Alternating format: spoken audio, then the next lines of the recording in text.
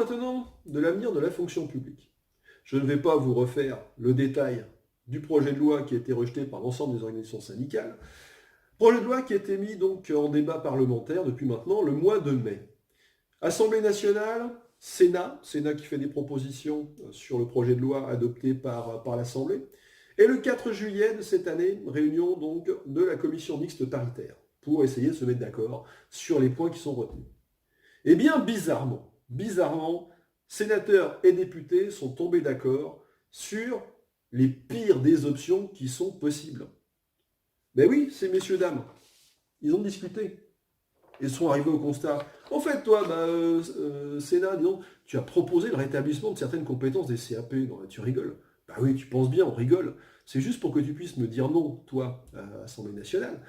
Mais par contre, que tu me dises non sur ce point, et par contre que tu me dises oui sur le renforcement de la précarité dans la fonction publique territoriale ou l'encadrement du droit de grève. Ah, j'avais pas compris. C'est donc pour ça. Eh oui. Donc, le résultat qui est sorti de la CMP répond au pire de ce qu'on pouvait imaginer. Pour autant, faut-il baisser les bras? Non, très clairement. Très clairement. Quoi qu'il ressorte de la lecture de ce texte dans les prochaines semaines d'ici fin juillet et différentes ordonnances qui devront être prises d'ici la fin de l'année, mais écoutez, la défense des agents publics, elle sera d'autant plus nécessaire demain face à la violence des restructurations qui sont devant nous.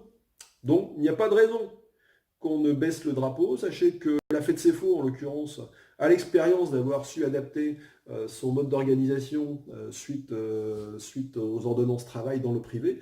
Ce qui nous font côté fonction publique, c'est tout à fait la transposition de ces ordonnances travail. Et écoutez, il va falloir apprendre à agir dans un champ nouveau, avec nos syndicats nationaux en particulier, mais avec une ambition réaffirmée qui essaie de défendre les salariés en général, les fonctionnaires et les agents publics, où qu'ils soient, quel que soit leur statut, un sacré challenge, mais on n'a pas le droit de les abandonner, parce que vous avez peut-être entendu parler de l'agence d'accompagnement des fonctionnaires, elle a déjà trouvé son logo.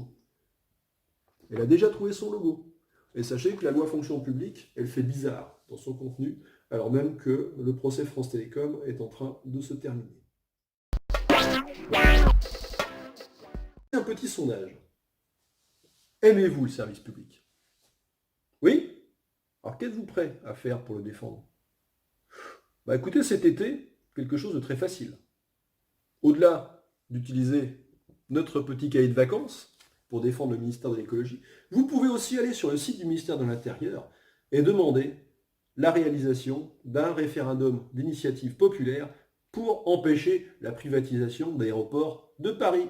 Oui, puisque 10 ans après les autoroutes, le gouvernement est parti pour continuer à brader les bijoux de famille. Donc n'hésitez pas, pour lutter contre la privatisation d'ADP, c'est aussi une dimension importante de service public.